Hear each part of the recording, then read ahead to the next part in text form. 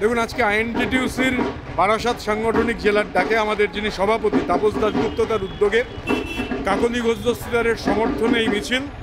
আমাদের রাজ্যের মাননীয় মন্ত্রী, আমাদের পার্টির বর্ষিয়ান নেতা শ্রী রথীন ঘোষ আছেন, শক্তিপদ মণ্ডল রাজ্যের ট্রেড ইউনিয়নের বিশিষ্ট নেতা আছেন, এবং এই যে শ্রমজীবী মানুষ যেভাবে আজকে নেমেছেন, বারাসাত লোকসভার মধ্যে সংগঠিত শিল্প নেই, অসংগঠিত শিল্প শ্রমিক, অটো চালক, টোটো চালক, ভ্যান চালক, পরিবহন কর্মী, নির্মাণ কর্মী যে বিপুলভাবে আজকে নেমেছেন, তা থেকে এটা পরিষ্কার যে কাকলি ঘোষ দস্তিদারের জয় হচ্ছে সময়ের অপেক্ষা।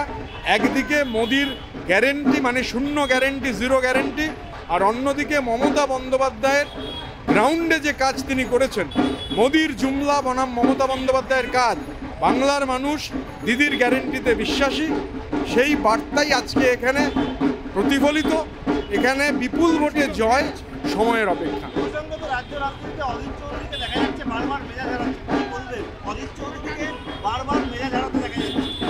এখন হতে পারে যে আসন্ন পরাজয় সেটা তিনি সেন্স করতে পেরেছেন, তাই হয়তো মানে এমনি গরমও পড়েছে খুব, সেই কারণে হয়তো মেজাজ হারাচ্ছেন।